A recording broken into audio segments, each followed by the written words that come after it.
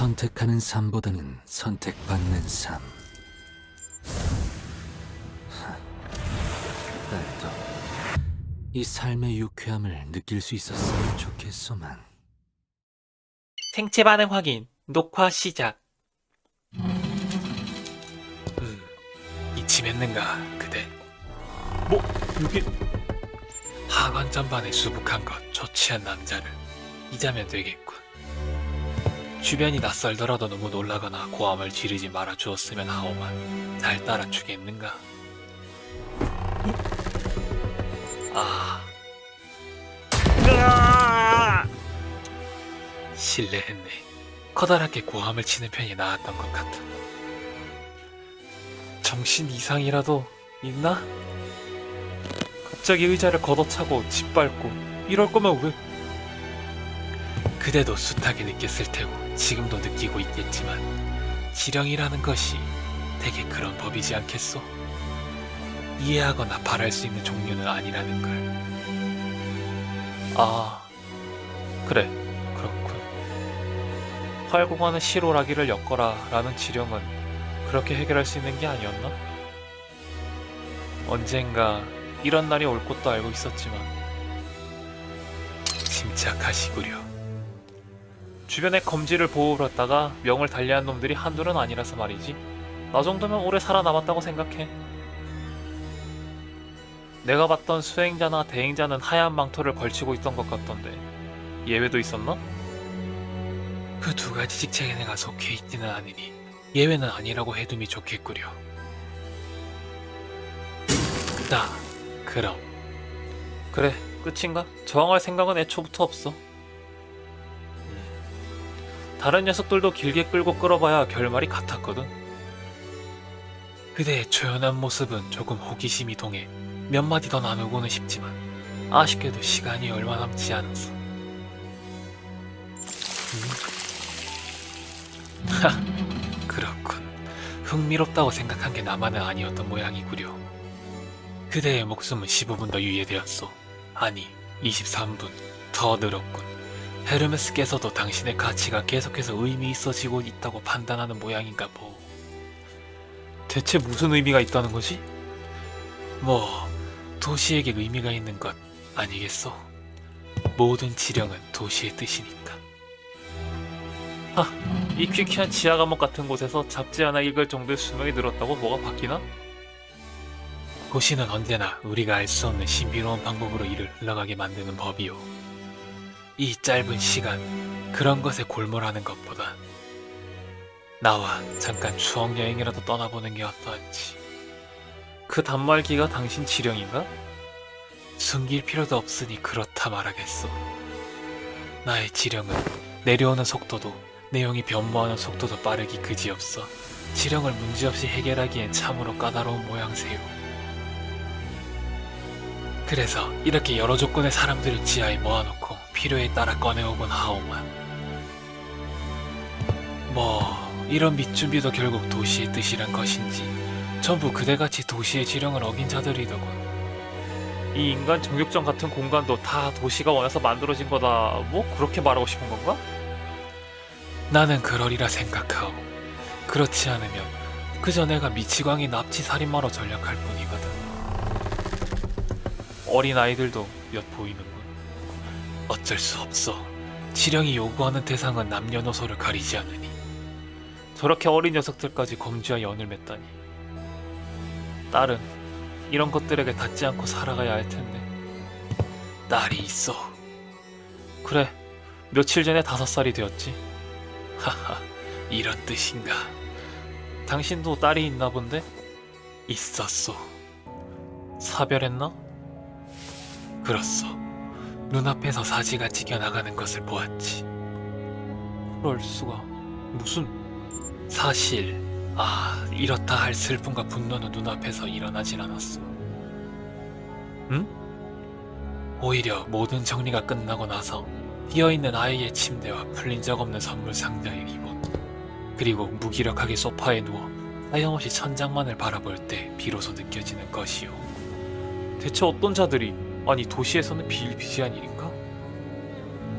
차라리 나는 행복에 겨운 것만 같군. 이렇게라도 가족을 지켜놓고 떠날 수 있으니 지켜야 할 것을 지키지 못해서 느끼는 그 상실, 마음속엔 이미 아무것도 남지 않았겠지. 아니, 껍데기는 남았어. 비가 자주 내리던 시기였던 것 같구려. 퀴퀴한 냄새, 회색빛 창, 그리고 혼자 살기에는 조금 넓은 방. 무얼 보고 읽고 있는 거지? 아, 신경 쓸 것 없어. 어디까지 이야기하고 있었지? 무슨 당신 딸이 죽고 난 후에 감정을 이야기하고 있었잖아.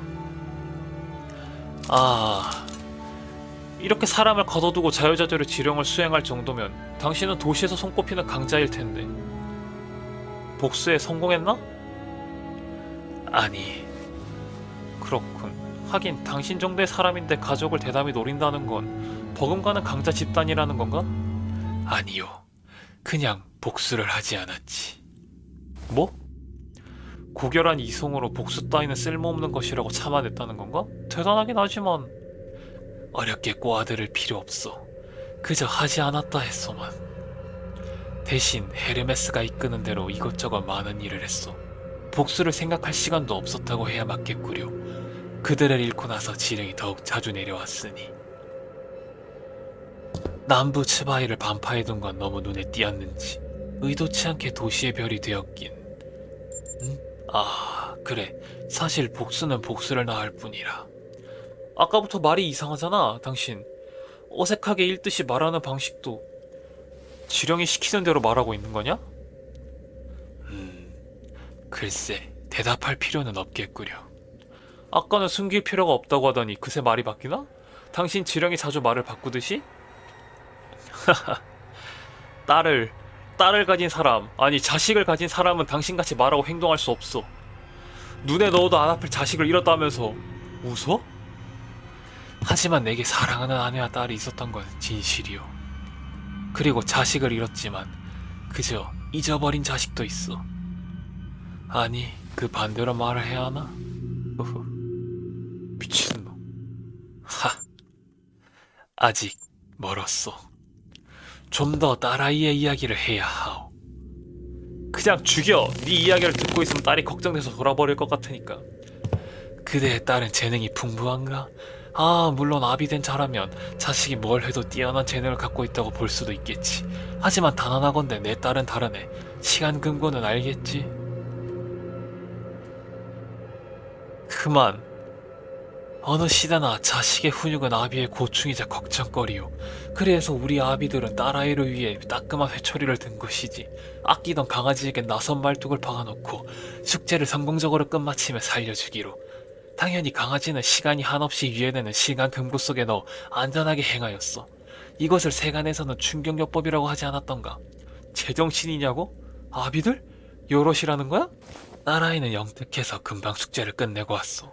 우리가 기대했던 것보다 빠르고 깔끔하게 죽였지. 후후, 대견한 것. 우리는 금고를 열고 말뚝에 한 바퀴도 감아 들어가지 않은 강아지를 다시 돌려주었지.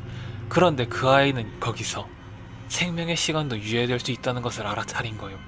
우리를 피해서 숨고 싶다면 언제든지 쓸 수 있는 도피처라는 걸 안 셈이지. 이번에 새로 생긴 딸도 재능이 뛰어나긴 하지만 이런 전부적인 시간의 적성을 얻어낼 순 없었을 터. 아, 대체 언제쯤 돌아와 줄런지. 그대 무언가 말을 해보시게. 딸을 자랑하는 시간을 7분 가져야 하거든. 이상적인 회화가 되려면 쌍방의 대화 비중이 5대5에 가까울수록 좋으니 그대도. 썩어 문드러질 놈. 아무리 도시가 추잡하다곤 해도 네 놈 같은 쓰레기는 없을 거다. 두고 봐. 너도 너 같은 지독한 쓰레기에 걸려서 되실 테니까. 그때는 그때고 지금은 지금이지.